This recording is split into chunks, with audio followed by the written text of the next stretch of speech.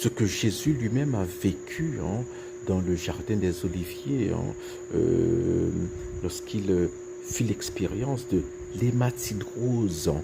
L'hématidrose, c'est quand, dans un état de stress exacerbé, eh bien, on sue du sang, voilà, à travers les glandes sudoripares. Voilà, c'est rarissime. On doit être dans un état de stress vraiment énorme, quasi insupportable humainement. Voilà.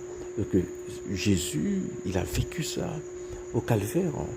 Et d'aucuns pensent que, voilà, des théologiens pensent que, voilà, à ce moment-là, Jésus a vécu cette nuit de l'esprit, voilà, dans sa nature humaine.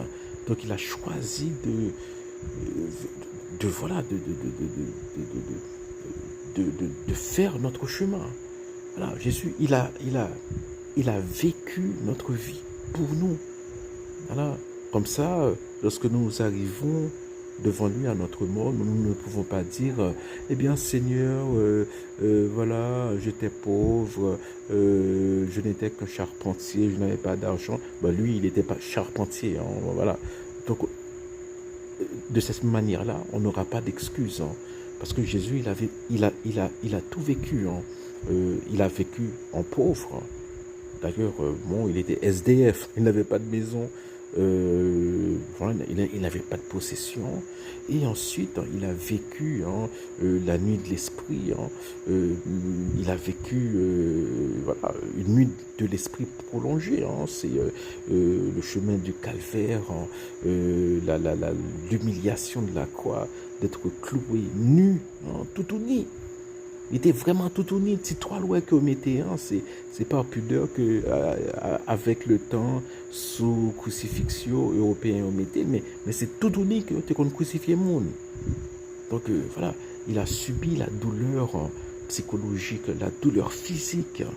Voilà. Comme ça, nous pouvons dire que nous avons un Dieu qui peut, d'ailleurs Paul le dit, voilà, nous avons un Dieu qui peut vraiment compatir à nos souffrances, parce qu'il les a vécues.